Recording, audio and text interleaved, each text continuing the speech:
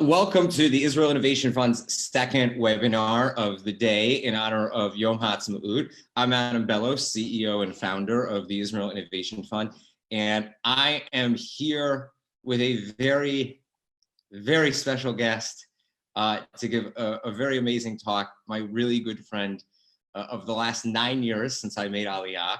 I spent my first high holidays at Gil's house when I made Aliyah. I'm obviously speaking about the other man on the screen, the famous historian and college professor, Gil Troy.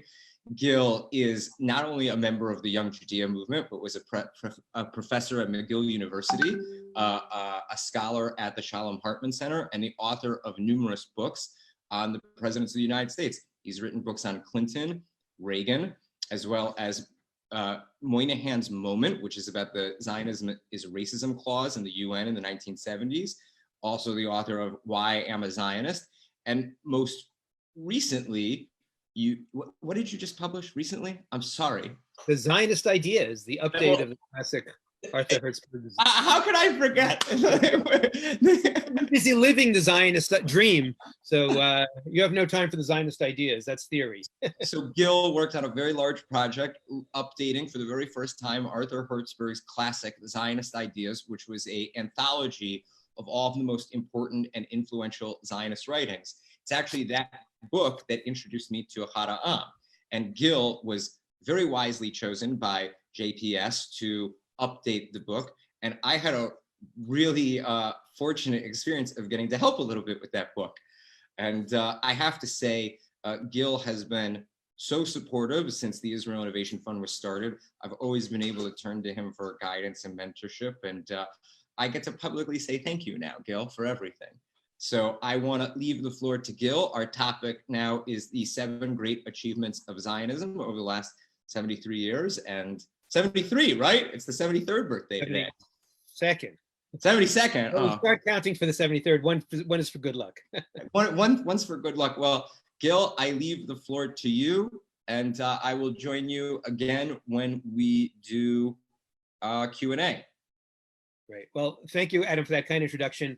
And in the spirit of all the good work that you do, and at the risk of getting a reputation as a lush, I'm going to do something I never do when I lecture, but I'm going to raise a glass of l'chaim, because not only do I want to honor all the amazing work that you and your whole team do. To you. And it's Israeli wine, and it's wine on the vine.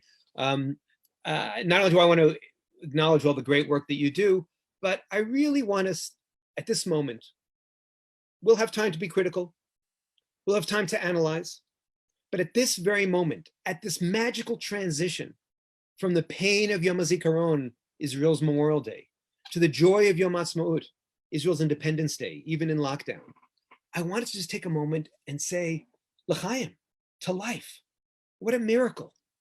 And I think about 72 years ago, I wasn't around, but the stories that it wasn't so clear that Israel should declare itself a state, that the Jewish people, having been exiled for 2,000 years, having returned to the land bit by bit, having endured the trauma of the Holocaust, having on November 29th, 1947, had that new entity called the United Nations vote them into existence, giving the Jewish state the right to exist. And the British having said, okay, May 1948, we're lowering the flag, we're going to leave. But it still wasn't clear that they should have a state, that they should launch a state at that moment. The United States was against it. People like George Marshall, the legendary general, was advising Harry Truman not to recognize the state if it was created. Within the Israeli provisional government, the Jewish agency, David Ben-Gurion had a division on his hands. How can we fight? How can we declare this? We have no fuel. We have no bullets. What do we have? What do we have? And David Ben-Gurion said, the one thing we have is hatikva, the hope. Indeed, they didn't have much of an economy. Indeed, they didn't have much weaponry, but they had hatikva, the hope of 2,000 years, the hope of 3,500 years, that this would be a return to the Jewish homeland. And when David Ben-Gurion finally declared the state, that beautiful bald man getting up and giving his famous speech and reading the Declaration of Independence, Chaim Weizmann, who went on to become the president of the state of Israel, said, "What took them so long, the idiots? He was ready. And the Jewish people had been waiting for so long. And one more anecdote is a framing anecdote for this fabulous day and this amazing exploration of Israeli history. Not that I'm going to be so good, but that the story is so extraordinary. My father-in-law, Marcel Adams, who's about to turn 100 years old in August, was in Tel Aviv in May 1948. And we were smart enough when he was 90 to film him and get his memoirs. And being from that generation, good Romanian immigrant who went to Palestine, then ended up in Canada, he, of course, was in jacket and tie. And he tells the excitement of hearing on the Ramkols, on the loudspeakers, David Ben-Gurion's words that the Jewish people are returning and are now going to establish a state. And then in his excitement, he holds the lapels of his jacket and he goes, look at me, I'm alive. And his eyes bulge out of his head. And what's he saying? I'm a Romanian Jew. I'm a mistake Hitler missed. I'm alive. Look at me. I'm part of this extraordinary story of Jewish history. They've come after us again and again and again, but now I'm alive. And that's the message of Yom Ha'atzmaut. We can talk about headaches. We can talk about challenges. I'm not afraid to acknowledge Israel's imperfections because no country is perfect. And no country's legitimacy is based on its being perfect. But at this moment, l'chaim, to life. What I want to do today is I want to look at the way we, even the most enthusiastic Israel lovers I know, misread Israeli history and misread Zionist history. And if you'll indulge me, I prepared a little PowerPoint, I'm gonna, and I want us to look at, the historian always says that his favorite text is context. And so I want to give, I want to look at Israeli history in context and really ask the questions of what's the story we've been telling about Israeli history and why are we doing such a terrible job? And indeed, as Adam was kind enough to say, I recently came out with this book, which was an update of a book from 1959 called The Zionist Idea, which for us in the youth movements in the 70s, the 80s, the 90s was the Zionist Bible, telling this amazing story of this conversation, this argument, this debate among Jews about creating a Jewish state that bubbled over and in 1948 created a state. And in 1959, Arthur Hertzberg, a rabbi, a professor, an activist, comes out with this anthology. And it's Achad Ha'am, it's Herzl, it's Jabotinsky, it's all the great Zionist thinkers, some of whom we'll be reading in our next seminar with Wine on the Vine and the Israel Innovation Project coming up. Adam will tell you when. And think about it. The book came out in 1959, looking back on this extraordinary miracle of 1948. In 1959, Israel was fragile, but the Zionist idea was robust. Today, Israel is robust, and the Zionist idea has turned fragile. And I say shame on them, shame on our delegitimizers, shame on our enemies, shame on the boycotters, but also shame on us. We've forgotten the power of the Zionist ideas.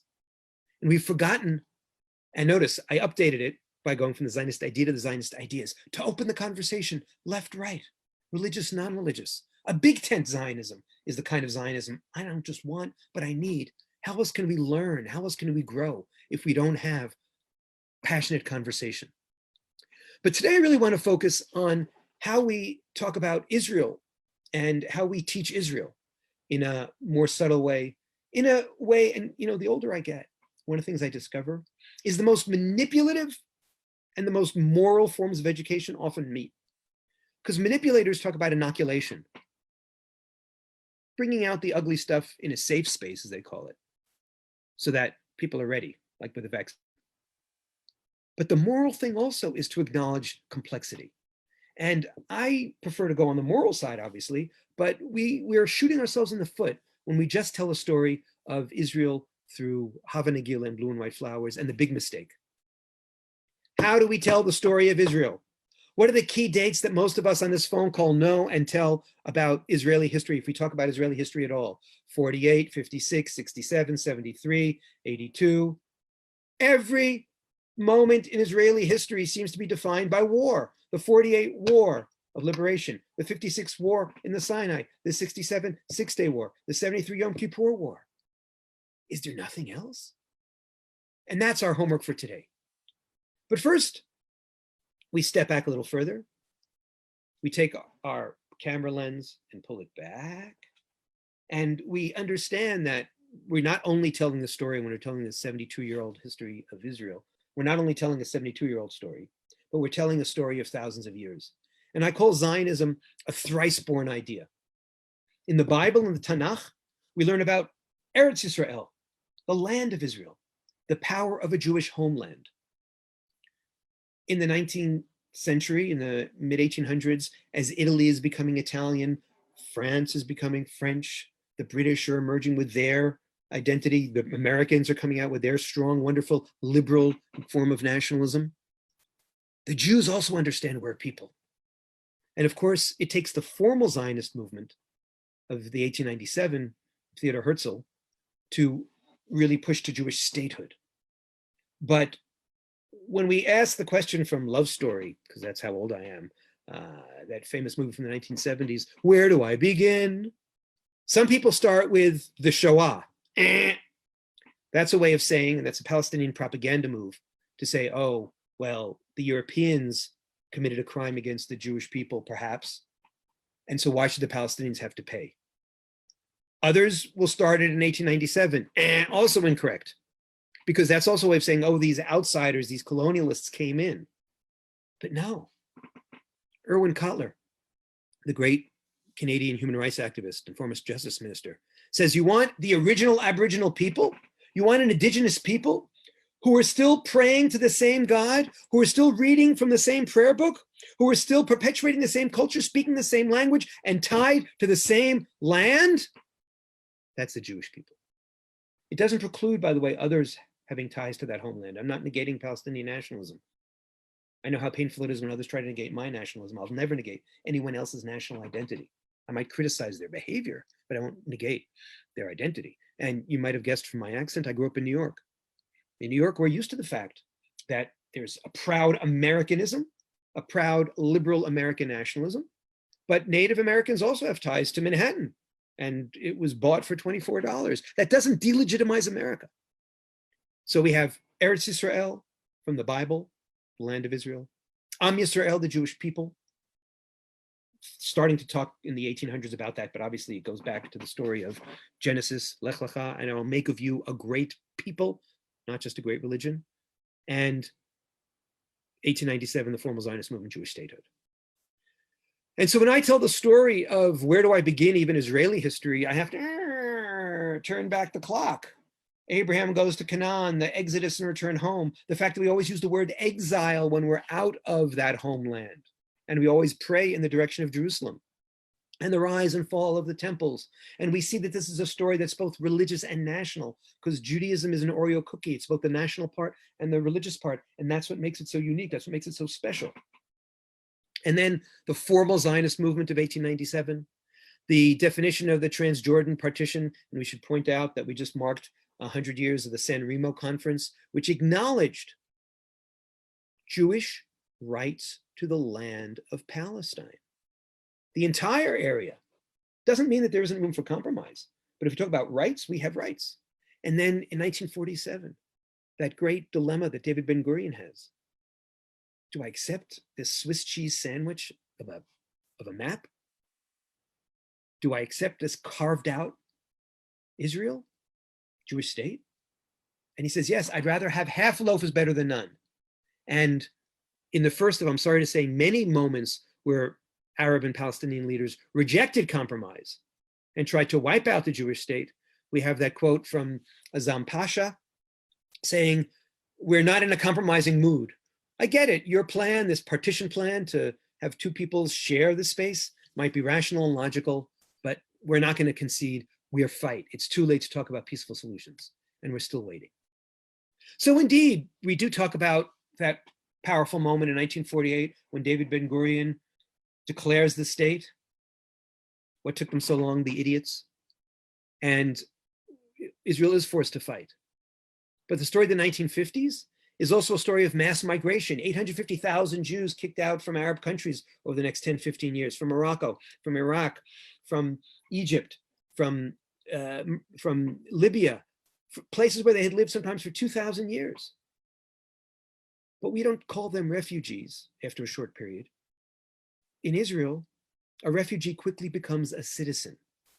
And it's only the Palestinians, thanks to UNRWA, who have a perpetual notion of victimhood and a perpetual notion of refugeehood, not the millions of refugees from the Indian-Pakistan partition, not the millions of refugees from World War II, only the Palestinian refugees. And then indeed, we talk about in 1956, the Sinai campaign, but there's also something else going on as the 50s turn into the 60s, what I call the love-in. And the love-in, which is not just what's going on within Israel, but also that Israel is this kind of beacon, a rare example of post-World War II, post-colonial countries breaking off from their empire, from the British Empire, originally the Turkish Empire, obviously, and surviving, not just surviving, but thriving. Okay, economically, it was a little bit weak. And I said Israel was fragile at that point. But it's the era of the kibbutz, and it's the era of the moshav, and it's the era of David Ben-Gurion and Moshe Dayan and Golda Meir. And the communitarian nature of Israel makes many Americans and American Jews fall in love with it, even as they build individualistic lives. Sidebar. When my parents visited my cousin who was living on kibbutz, a Hashomer Seir, left-wing kibbutz, in the 1970s, they came back and they said, oh my goodness, you're not going to believe it. They now have televisions on kibbutz. It's going to ruin the whole kibbutz ideal. Now, my father was a good capitalist, a good Jabotinsky, who wasn't such a big fan of Hashomer Seir. And I said, Dad, look how many televisions we have in our home in Queens. But there was this notion in the American Jewish world of we want the Israelis to live a certain way, live a certain ideal, even as we go off and make our money. They're the schnooks who have to stay there and be idealistic. That's not a healthy relationship. But that's for another time, and that's for group therapy. Anyway, of course, in 67, we have the great miracle. But notice that it's very important to emphasize that even the, you fill in the blank, conquest, liberation, attack on Jerusalem by Israel, was only after Levi Eshkol, the prime minister, gave a message to King Hussein of Jordan via General Ad Bull saying, hey, we have a war now with Egypt in the south, a war with Syria in the north. I don't want a war with you. And King Hussein himself, the late King Hussein, admitted in his memoirs that he attacked and it was a mistake. He lost Jerusalem. It was the great mistake of his life. But the 70s isn't only about that. And it's not only about the horrors of the Yom Kippur War. It's also about a kind of arrogance that sets in, a kind of comfort that sets in, that we're going to always be the superheroes, and also a charm with one of the first female prime ministers in world history and the first female prime minister in Israeli history, Golda Meir, who combines the qualities of a tough socialist, a powerful leader, and a Jewish grandmother. And as I mentioned, the surprise attack on Yom Kippur, where Israel is almost destroyed. But here too, Michael Oren has an amazing point. He says, you know, in 1941, the Japanese attacked Pearl Harbor. It was a devastating attack on America, but America turned around, and we talk about World War II as a victory. In 1973, the Egyptians and the Syrians attacked Israel. It was a devastating attack, but Israel turned it around, so much so that that war is now taught in military colleges in West Point. And yet, we often talk about it as a defeat. Why? We just finished Yom HaZikaron. We mourn the 2,700 young Israelis and the over 10,000 young Arab lives that were sacrificed unnecessarily. And in 1979, Israel signs a treaty, the only time in world history that I know that a country that won territory in a defensive war in 1967 willingly gives it back for the sake of peace. And then, of course, we talk about the great inflation and the mild depression of the 1980s. In the United States, we talk about an annual inflation rate at its peak of 18-20%, and that was often the monthly inflation rate in Israel in the late 70s, early 80s. Then the Lebanon War and all its problems, the problem of the first Intifada. I don't like to use the word Intifada because that's their word, the noble uprising, the shaking off. But of course, what else is happening as we have an attempt at peace with the peace process, the Oslo peace process? We also have the growth of Israeli high-tech startups, the Oslo peace accords, this mix of Israel as startup nation, but also great terror, the attempt to have a final solution for the Israeli conflict in the Camp David talks. Bill Clinton himself tells the story that Ehud Barak made a very generous offer to Yasser Arafat. Arafat didn't even make a counteroffer. And in one of his last meetings with a foreign leader in the White House, Yasser Arafat comes in January 2000, says, "Oh, Mr. President, you're a very great man." And Bill Clinton yells at him. He writes this in his memoir. He says, "I'm a failure because of you." And so this tendency to just blame Israel and not acknowledge, first of all the victims we've had of terror, and also all the attempts we've made at peace is really quite unfair. And we saw it get worse and worse with that Intifada. We saw another attempt at peace with the Gaza disengagement. We see this crazy roller coaster of the Bibi years where I call Israel normalized and demonized. And what am I doing? And yes, we're going to get to the 7 great achievements, but this is the long-winded intro. Look what I just did. I took that timeline we're so used to, 48, 56, 67, 73, and I superimposed it on it the way I think of history as an American historian. When I teach a course about American history since World War II, I'll teach about the 40s, the 50s, the 60s, the 70s. I've written books about Bill Clinton in the 1990s, Ronald Reagan in the 1980s.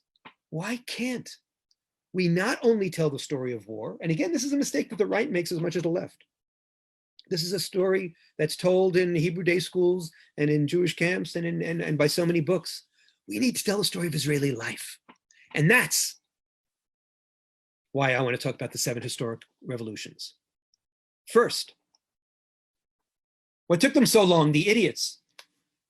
A 3,500-year-old conversation about meaning and nationalism and ideals. A 2,000-year exile since the fall of the Second Temple. And then in 1948, the miracle. I'm here, I'm alive. Reestablishing Jewish sovereignty in the Jewish homeland. Am Yisrael, the Jewish people, returned to Eretz Yisrael, although there were always some Jews living there. It was never abandoned. And our hearts were always in the East, even if we were in the West, creating Medinat Yisrael, the state of Israel. And second, what did that state do? With no money, no bullets, as I said, only hope. It had to accept Holocaust survivors, which had started, of course, when even before the Holocaust, the refugees in the 1930s, the German wave of Aliyah. And then the wave of Jews who were smuggled in. You've seen the movie Exodus and you haven't. It's a great movie to watch tomorrow. The 850,000 refugees from Arab lands, as I said, quickly became citizens. Did Israel do a perfect job with that? No, of course not. In fact, even that word we use to describe Sephardi immigrants, Mizrahi, when you were living in Iraq for 2,000 years as a Jew, when you were living in Morocco, when you were living in Egypt, you didn't call yourself a Mizrahi. Mizrahi is a imposed Ashkenazi Labor Party definition on those people, clumping them together. When the story of the Iraqi Jewish community is very different than the Moroccan, very different than the Tunisian, very different than the Libyan. And in fact, even in their integration, on the whole, many Iraqis did better than many Moroccans, but that's also for another time. But what an amazing thing. You're surrounded by enemies and having to fight. You're overwhelmed by refugees who become citizens. And yet, civil liberties and free immigration for all. And what do I mean by that? Law of return lets Jews in. But you know how the United States of America has a law that says if you come with $500,000 and establish a going concern for 10 people, you can jump the immigration line? So the United States for years has said, look, if you are coming to be an entrepreneur, you're welcome in our country. Israel is saying, if you come as a Jewish refugee, after all that we've endured for thousands of years of homelessness, you get a fast track in. But if you're a non-Jew, you also have a way in after 7 years. And third, you know the story, you know the image, the Yid, the broken down Jew. One of my favorite Zionists, Max Nordau, writes about muscular Judentum. We need new Maccabees, we need muscular Jews. And think about it. Look at young Israeli Jews today, male and female. Look at young American Jews, British Jews, Australian Jews. They have a body image that is positive. Many of them work out, many of them watch their weight, many of them feel strong and empowered in ways their parents and grandparents didn't. That normalization is a gift from Israel. And it's part of this whole process where we went from being the victims of the world to actors. And you know what? Is it complicated? Of course. I'll teach you a Hebrew word that I learned during one of the recent Gaza operations when I was visiting air bases to give chizuk, to give encouragement to our young people, our holy, heroic soldiers. And we got a briefing by an Air Force pilot who said, Ken, yes, yesh lanu malay dilemot. We have many, many dilemmas. They told the story again and again of having the green light to drop a bomb. But if they, with their eyes, see civilians, they're supposed to stop. Does it always happen? Of course not. But the fact that we're involved in a moral conversation in our military is an extraordinary thing and something I'm so proud of. I'm not proud that we're perfect. That's stupid. We're not perfect. I'm proud that we try, and I'm proud that we get it right. And I'm proud, fourth, that for all the complexities, Israelis love voting so much. We had 3 elections in 1 year. And for all the craziness, year after year, despite being under the gun, despite not only having to absorb refugees, and it starts, of course, with the Arabs, the refugees from Arab lands, and the Holocaust refugees, and the Russian refugees, and the Ethiopian refugees. None of those people came from democratic cultures. None of those people came from countries that had a democratic tradition. But Judaism has a democratic tradition. And when people talk about Jewish or democratic, I go, wait a minute. That core democratic value, lowercase d, of equality, of individual dignity, doesn't that come from the Jewish Bible? So yes, of course there are dilemmas, of course there are tensions, but a lot of democracy comes from Jewish life, Jewish thought, Jewish ideas in the Bible itself. And even, I may disagree with my ultra-Orthodox brothers and sisters who don't want their children serving. But when I'll show a slide sometimes in a different talk about 600,000 Haredi Jews, ultra-Orthodox Jews protesting on the streets, and I'll show it to a group of American Jewish liberals, and I'll go, oh, it's so terribly undemocratic how they don't serve in the army. And they go, oh yes, so terribly undemocratic. And I go, wait a minute, gotcha. What are they doing? They're marching, they're protesting, they're exercising their democratic rights. I'm not saying it's all simple. But when I speak to students, I often say, if I speak and you say, oh, hallelujah, I see the light, I'm in trouble. Because somebody else is going to come along. They're going to be funnier. They're going to be smarter. They're going to be certainly better looking. But if I hear you say, I see the grays, I see the complexity, it's a little more complicated, it's a little more nuanced, it's a little more multidimensional, then we've done okay. And the strong Jewish flavor we've been seeing in so many profound ways. On Passover, Pesach, at 8:30, we all went out to our mirpasot, our porches, if we're lucky enough to have them, or to our doorways amidst the lockdown. And we sang Manish Tana at the top of our lungs, and we heard others, and it echoed throughout the Jewish state. When I'm in the United States of America on December 24th, and somebody says to me, happy holidays, you know what I say to them? I say, Merry Christmas. I respect the right of the Christian majority in the United States of America, not to bully Jews, not to disrespect Muslims, but to acknowledge the fact that many, many, many people are celebrating Christmas on December 25th, and it becomes a national holiday. So too, while fighting tooth and nail to make sure that our Israeli Arab brothers and sisters are completely welcomed as free citizens, and that they have full rights. And by the way, let's acknowledge how many Israeli Arab heroes have been not just in the pharmacies, about 40% of pharmacists, not just as nurses, about 34% of nurses, but if I'm correct, my statistics are 16 to 18% of Israeli doctors are Israeli Arabs, which is almost their share of the population. And they've been on the front lines of this extraordinary fight against coronavirus. And we welcome them as citizens, even as this country has a Jewish accent, just like most Muslim countries have a Muslim accent. And European countries, 27 of them, still have crosses on their flags. And you talk about Pesach. You talk about the Yom Haz, Yom HaShoah, Yom HaZikaron, now Yom HaTzmaut. You talk about the amazing creativity going on in Israeli culture. Yerushalayim shel zahav, ki mitzion tetzeh Torah. The old and the new, I should say the new and the old. From Jerusalem comes forth new ideas, new songs, new formats, a new vibrant Israeli culture. And this is even before we start talking about the impact we're having on television, the rise of shtisel, the power of Fauda, Batipul, the story of the, what's it called, In Treatment, the therapy series from a few years ago. This exciting attempt to bring back what Theodor Herzl called Alt Neuland, Old New Land, being rooted in our biblical story, but also having an ear, sometimes a pierced ear, to modern Western culture. The good thing about counting down is, you know, we're getting to the end.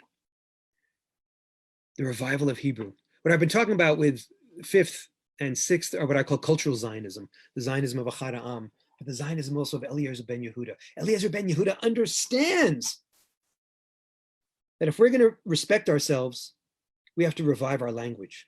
We have to have our own language, and it can't be Yiddish, which is a language of oppression, I'm sorry to say, the language of the diaspora. Can't be Ladino.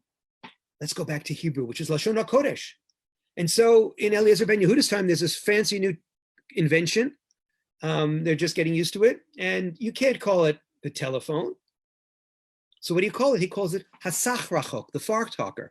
Now, I defy any of you to go on the streets of Tel Aviv when we're all allowed out of our houses and you start traveling again, those of you who are abroad, and say, Eifo Hasach Rachok, where is the far talker?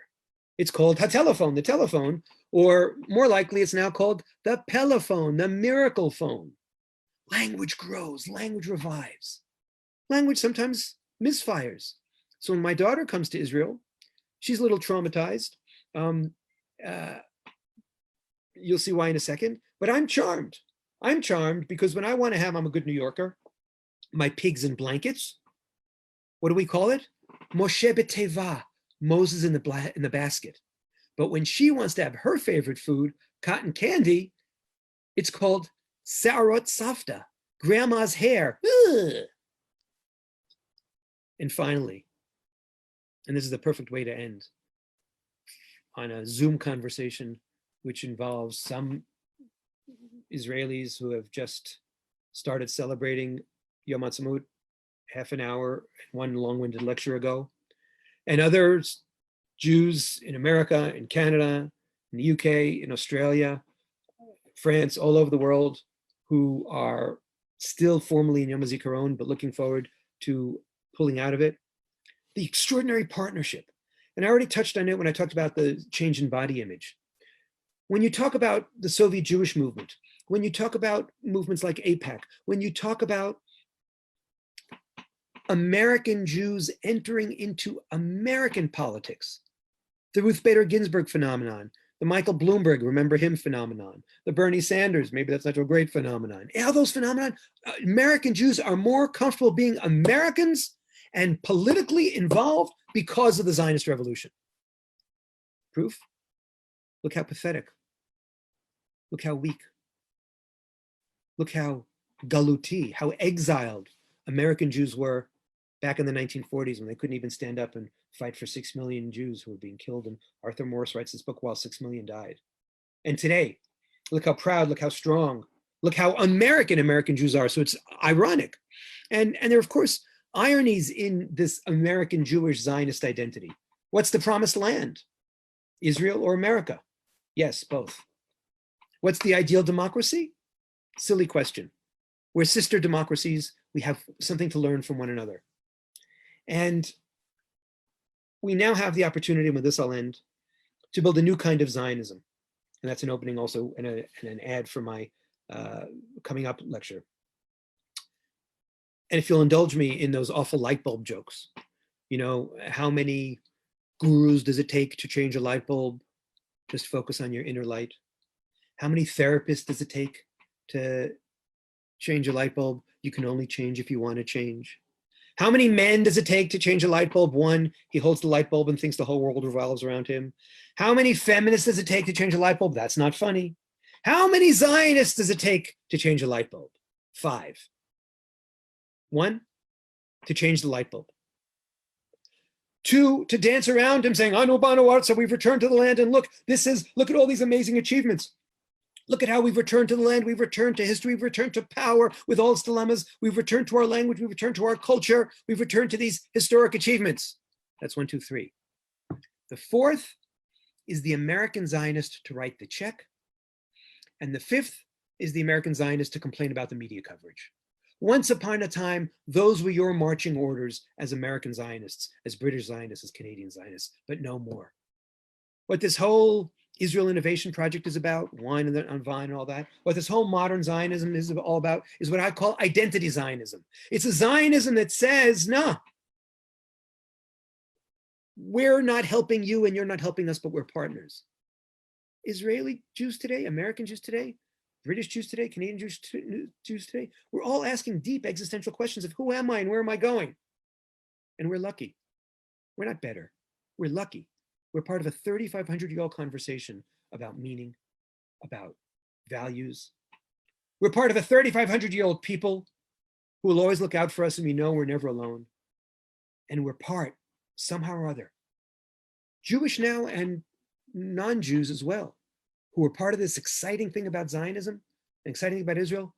We're part of this 72-year-old adventure of a country that shouldn't have made it in 1948, that shouldn't have made it in 67 or 73, but also shouldn't have made it through the challenges of the 50s, 60s, and 70s. And now, in 2020, can look back on 1948, look back on the 50s, the 60s, the 70s, the 80s, and say, as I said at the beginning, l'chaim, to life. That was a genuine drink, and thank you.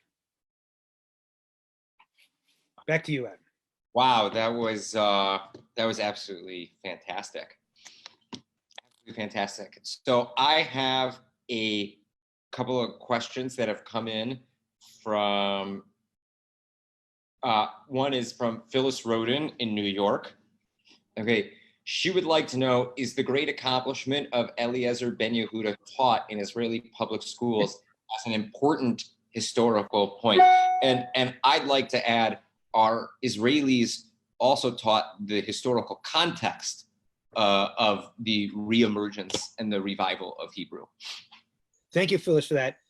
Look, you know, we have a problem, both in the United States and in Israel, in that we don't do, and I say this as an American historian and as a Zionist loudmouth, I mean activist, we don't do a good enough job telling the story of our past, telling the story of our heroes, telling the story of our great achievements.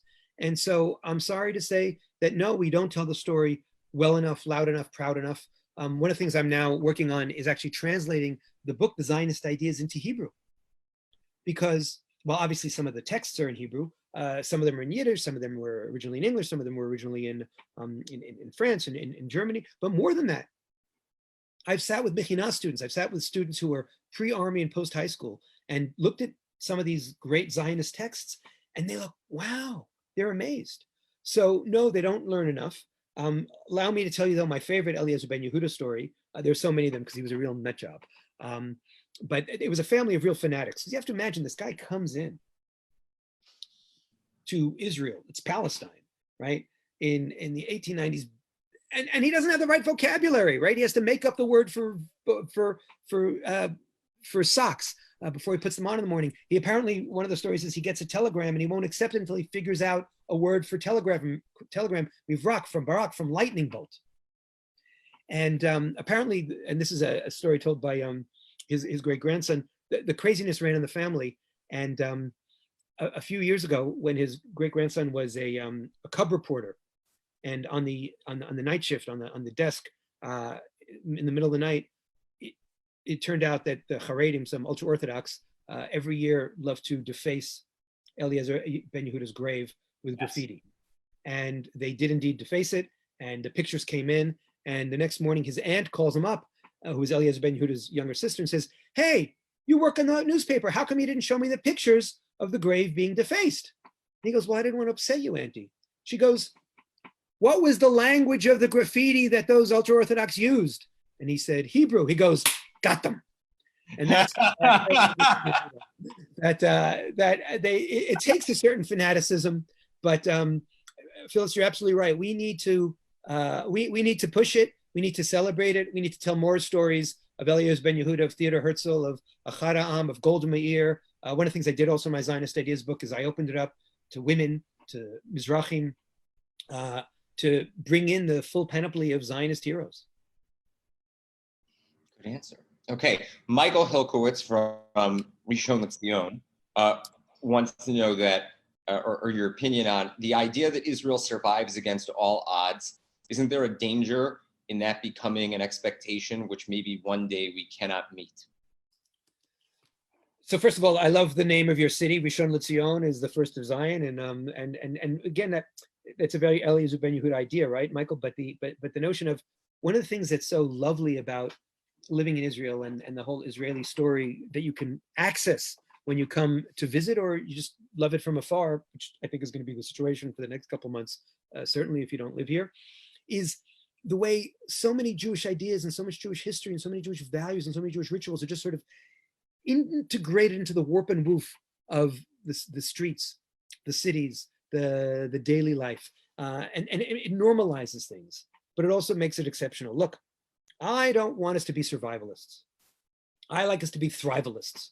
I like to focus on the way we thrive, not just the way we survive. You're right. The constant refrain, and you know, you can see, I'm trying to push to a whole different reading of Israeli history. I'm trying to push to a whole different kind of timeline. I'm trying to push us to look at the 40s, the 50s, the 60s, the 70s, but still 48, 56, 67, these still pop out and very strong.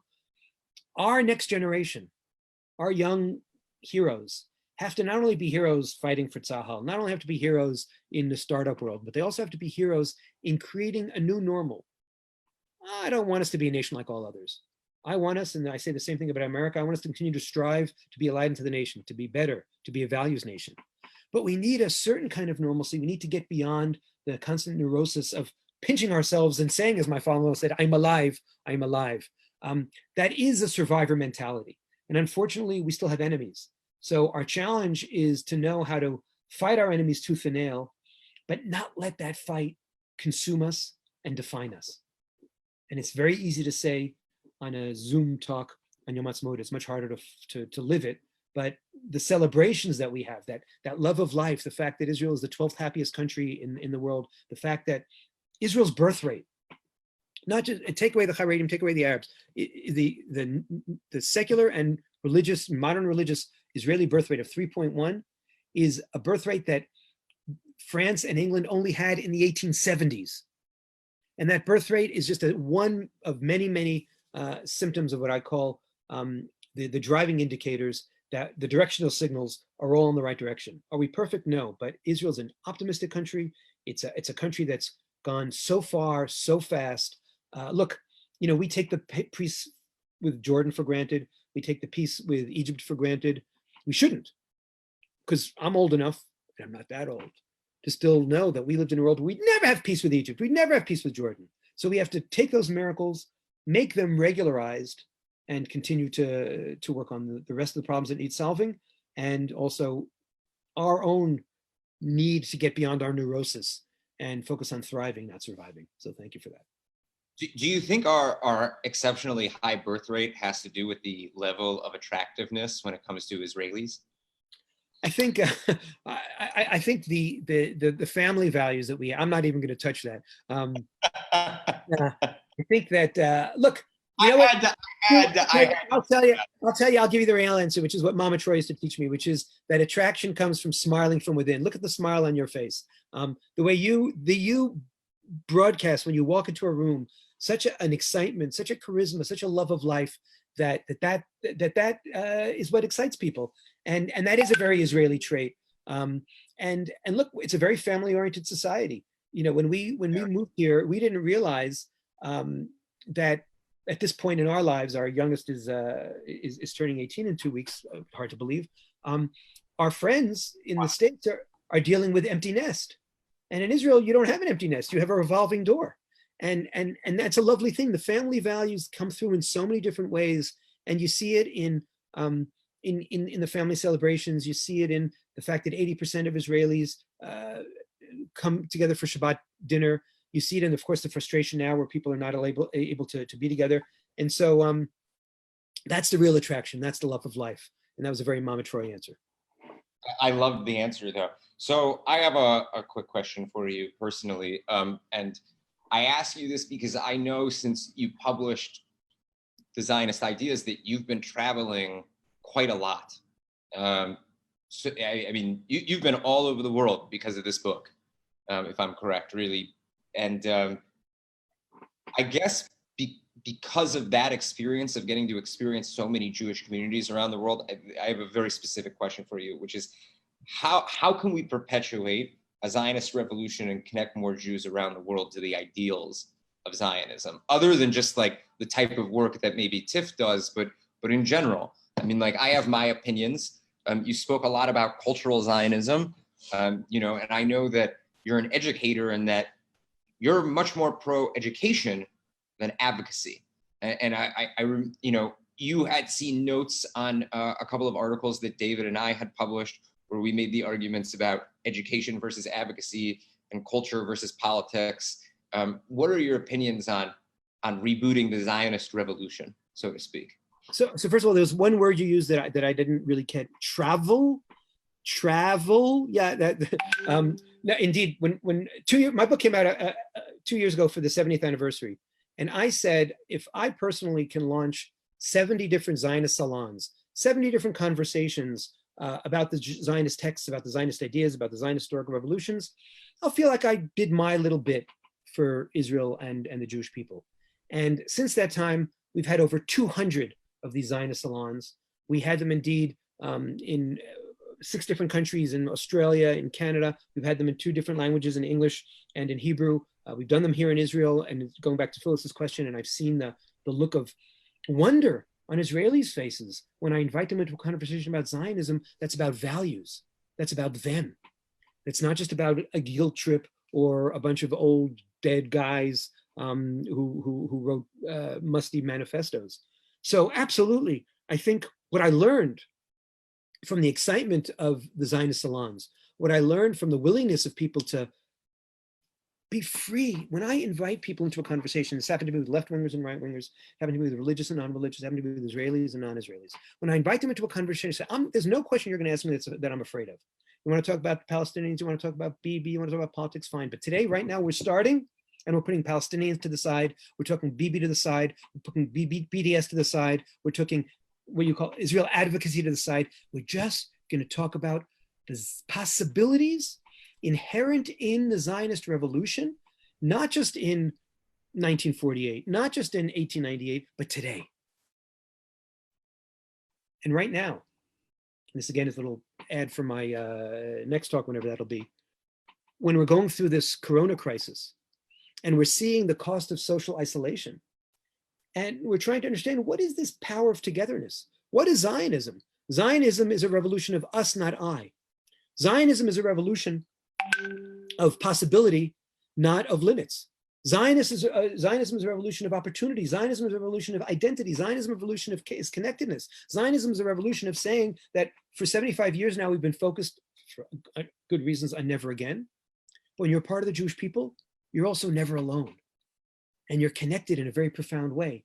And when we see the studies showing how many young Americans and young Brits are lonely, millennials have friends on Facebook, but not true friends, many of them, by their own accounting. When we see how many people show up at Yale University and sign up for a happiness course, and the happiness course, over 1,200 students signed up for it. The happiness course wasn't a course on the theory of happiness, just, it was actually practical examples of how to be happy. When I see a friend of mine from London who made it big in the city, as they call it, tell how every Monday when he comes back to work and he tells stories about his Jewish communal life, the brunch he went to, the synagogue he went to, the bar mitzvah he went to, the Zionist meeting he went to, and his buddies who've spent a weekend just alone in their beautiful penthouse apartments or playing golf, want to hear the same stories again and again. We're starving for connectedness. And what Zionism gives, and again, I'm not arrogant enough to say it's the only way, but it's my way. I fell into it. And it's a way for me to explain to my kids how to have a framework for meaning, how to have a framework for values, how to have something that's bigger than the me, the my, the more, the now of the mall, of, remember those things, of the YouTube video. You know, in modern America and modern culture, we think that history is last week's most forwarded YouTube video of a cat drooling or a baby crawling. No, we're a part of a story. We're part of this amazing story. And each one of you and each one of us, again, Jewish or non-Jewish, Israeli or non-Israeli, is writing a chapter in this exciting new adventure. That gives me goosebumps. And I want a goosebump Zionism. And one of the things I love about your projects and your bigger project, Adam, is it's cultural Zionism, it's goosebump Zionism, it's connected Zionism, and it's a Zionism that isn't about where exactly do you stand politically, but how do we work together and think together and learn together and grow together, even if we dare to disagree on some things politically. It's moving from political Zionism to what I call identity Zionism. I mean, like, it's important that you bring that up, because many people do forget that the Zionist movement was not about politics originally. It was a social revolutionary movement. If anything, it was, I mean, you write a lot about this in Moynihan's Moment, but it was without a doubt the most successful of all the revolutionary movements of the 20th century. I mean, nothing succeeded like the Zionist movement. Nothing created its own, I mean, I don't believe anything created its own country that has had the success that Israel is. And I think that you rightly so in explaining Zionism, the term revolution quite often. I mean, it was a movement that completely and utterly changed the collective consciousness of an entire people globally in a very short period of time. And people, we were talking about this with Einat when we did our earlier talk, and I said to her, you know, one of the main things that people misunderstand about Zionism and how and why they related to colonialism or imperialism is because, one, I mean, the major thing is that they do not understand the sheer ideological force of Zionists, which is completely devoid in a colonial or an imperial movement. So, I mean, I think that's a very good point to throw out there. I think it's very important. I think the more people who understand the ability for Zionism to provide a revolution for the self, and the reflection that the early Zionist writings allow you to have. I mean, for me, Arthur Hertzberg's book was extremely influential. I mean, it was the first time I was introduced to Ahad Ha'am. It was the first time I was introduced to the ideas that the Zionist movement put forward in the late 19th century. And those were questions. You know, what was that book that Kahana wrote? It was like Uncomfortable Questions for Uncomfortable Jews. You know, he always had something that was, you know, ridiculous, but it was a famous article or a famous book that he had published, but the questions were uncomfortable.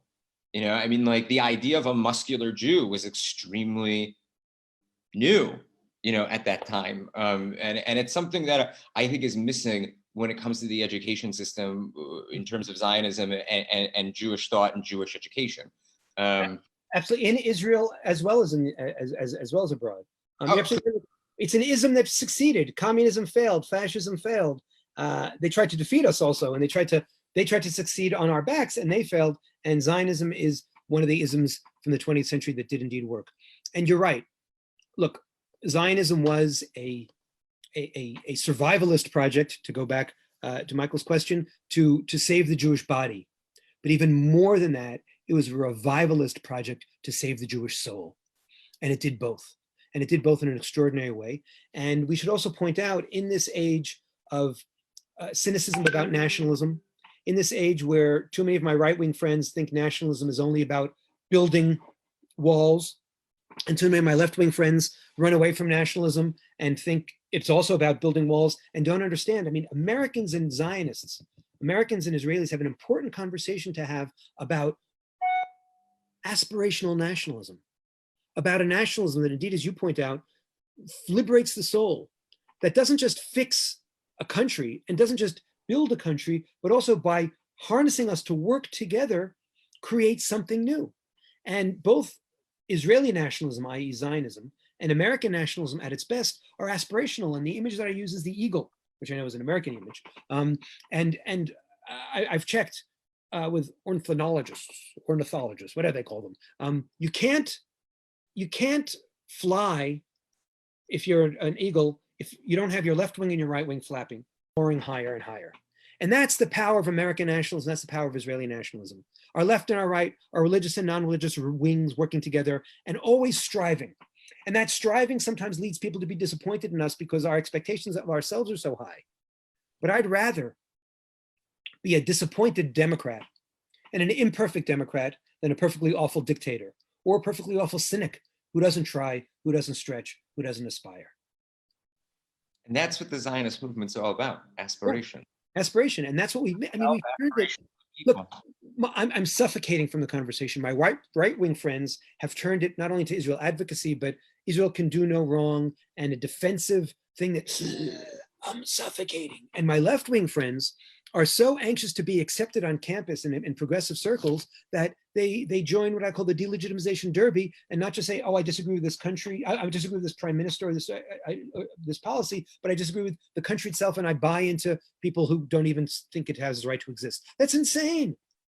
So we also need this beautiful muscular moderation. We need this beautiful centrism that allows us to say, yeah, I can learn from certain forms of the left, certain forms of the right. I can critique certain forms of the left and certain forms of the right, and together create a new powerful nationalism. Wow, it sounds like a normal human being, the way you describe it. Once upon a time. No, it's funny, the way you were describing it, the only thing running through my head was Shlomo Aronson. May he rest in peace now. He left us 2 months ago, my Israeli history professor. Whose grandfather's desk I'm actually sitting at, was the former first chief rabbi of Tel Aviv. But he always used to repeat this line. He was a Ben Gurionist, and he always used to say, Zionism is pragmatism. Yeah. And that you cannot take away pragmatism from Zionism because you can't have one without the other.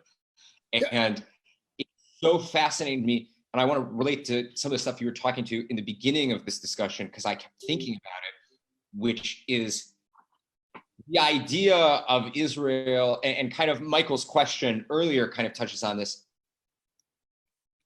It was not so much we're surrounded on all sides and helpless in 1948. We had a very strong army. We had a very large fighting force. The amount of soldiers that were sent by the United Arab Front, even though it was a very divided front, was pretty equal to the fighting force of the Israelis at the time.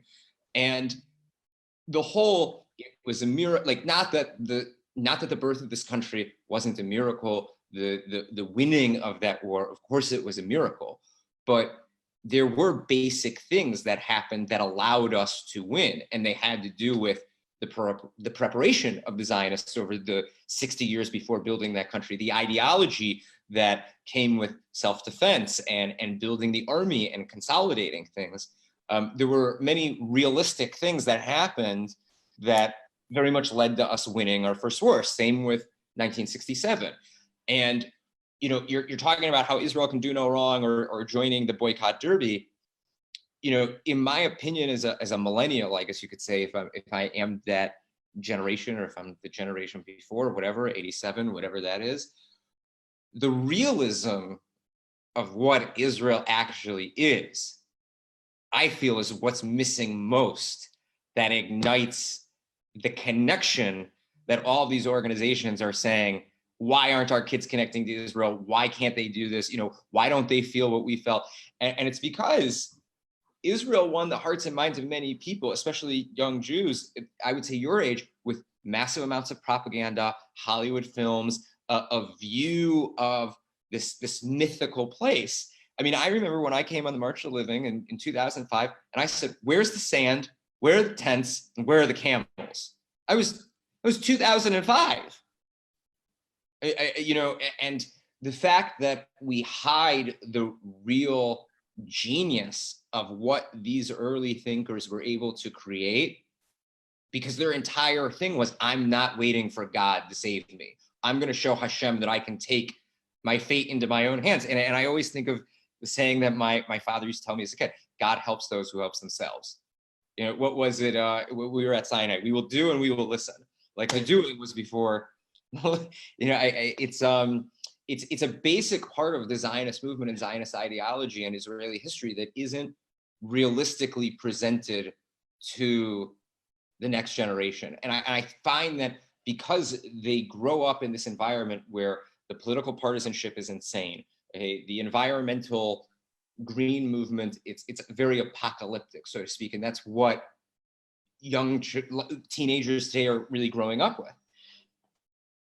We need to give, in my opinion, the generations that are coming after me, Generation Z, all of the whatever names you have for kids that are younger than me today, they need the realism.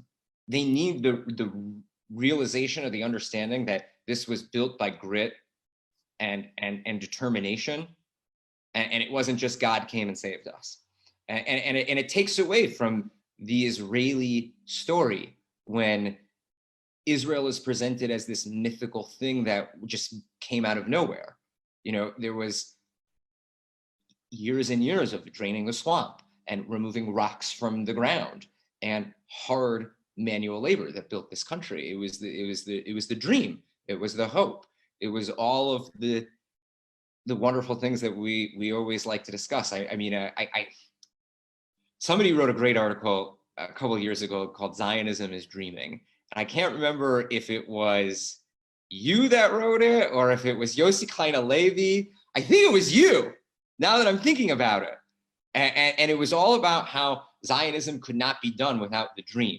And it was always like you had to dream to make the reality, but the dream and the mythos, those are the two polar sides to what happened really. And I feel that that's a very big missing component in Israeli Zionist or Jewish education today. It's a dance, right? There's the pragmatic side of Zionism, and there's the idealistic side of Zionism.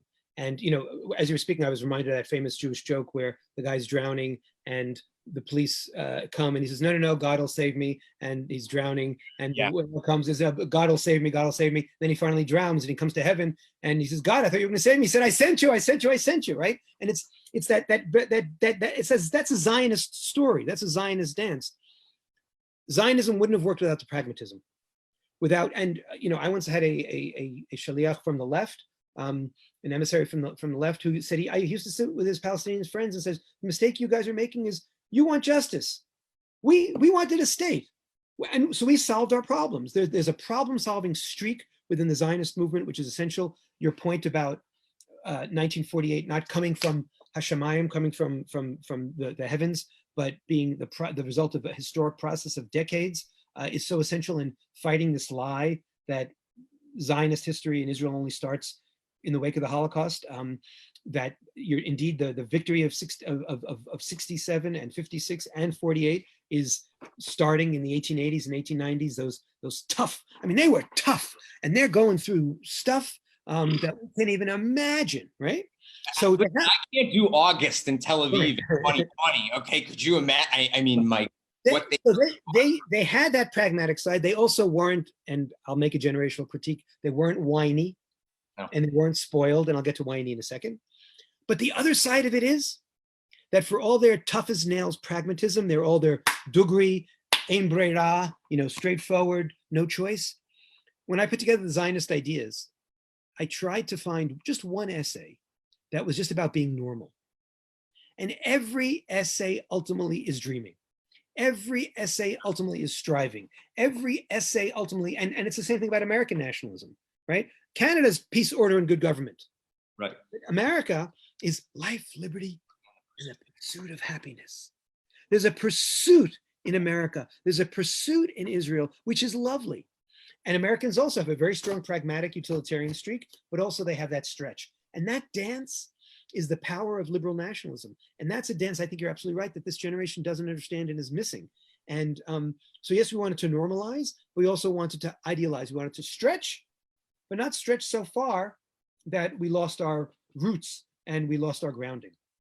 I think the biggest problem for people that are younger than me is that they're growing up in an environment where nationalism is being fascism is being presented as nationalism. Right. And I'll never forget. Did you ever watch the show Madam Secretary? Yes. It was one of the opening episodes of one of the last 2 or 3 seasons. They brought in all the former secretaries of state. Huh. And it was a rebuke. It was blatantly about Trump, and like I didn't, I don't care, whatever. But it, they made the statement that like nationalism is doing this and nationalism is doing that and nationalism is doing this and the extreme nationalism is doing this. There's no such thing as extreme nationalism. There's fascism. That's extreme nationalism. That's the term for it.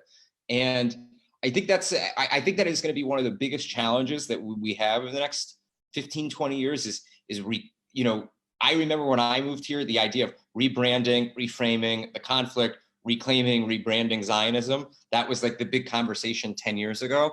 And now it's really going to be reframing, rebranding nationalism.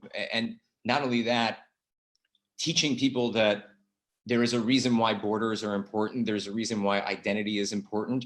The war on tribalism, has definitely affected that. And at the end of the day, the Jewish people are a tribe. And we're also very universal based on the values of the prophets. And we, in my opinion, one of the main things that's missing in Jewish education today is fusing all these ideas together in a palatable way that's digestible for the next generation.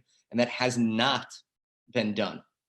Like, one of the things I've been emphasizing in all these Zionist salons, and certainly when I go to college campuses, is that as an American historian, I cannot explain America at its best without using the N-word nationalism.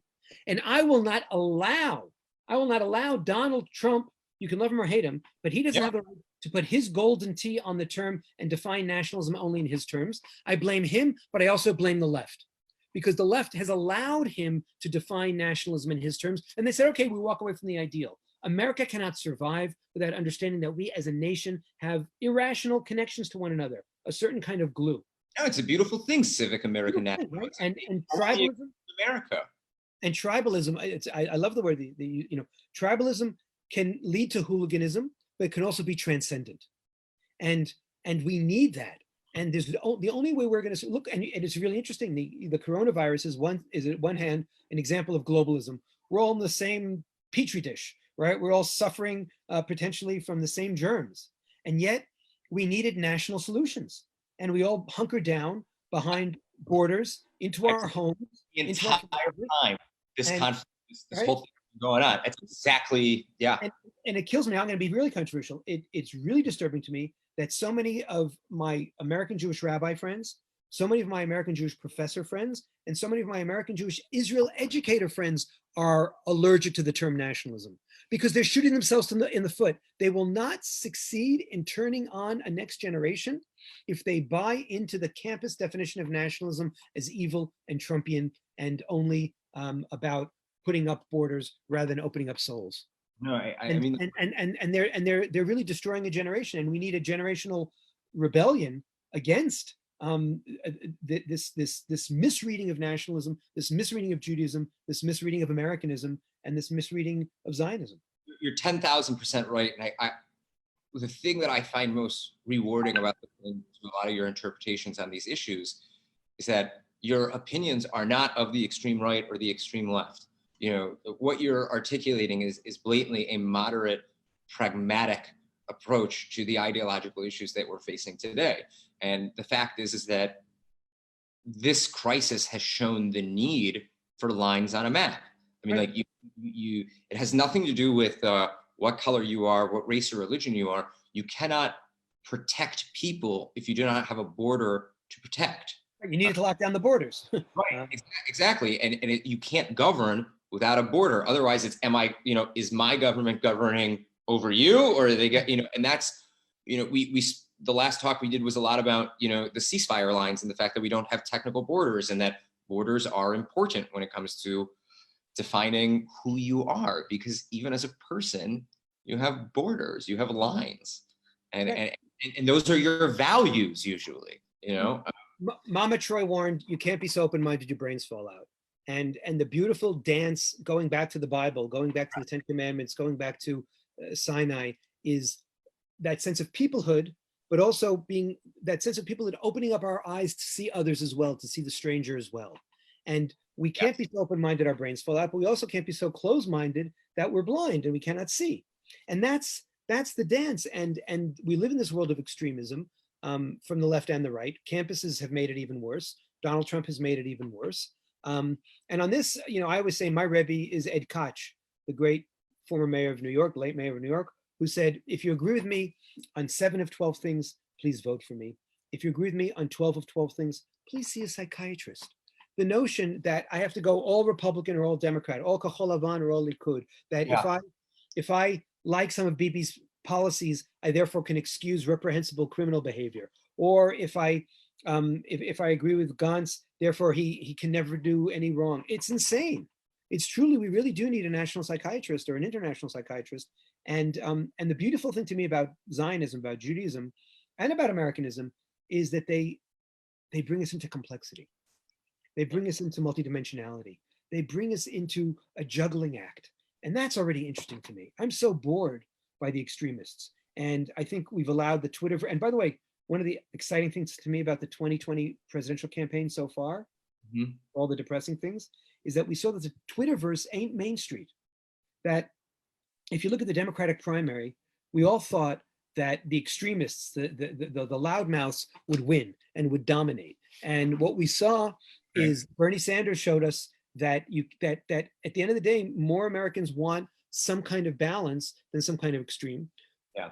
Michael Bloomberg showed us you can't buy your way onto the internet. There are all kinds of very valuable lessons, which basically showed us that Americans, and I think human beings, are not yet ready to go to the extremes and not ready to reduce every conversation to a punchline.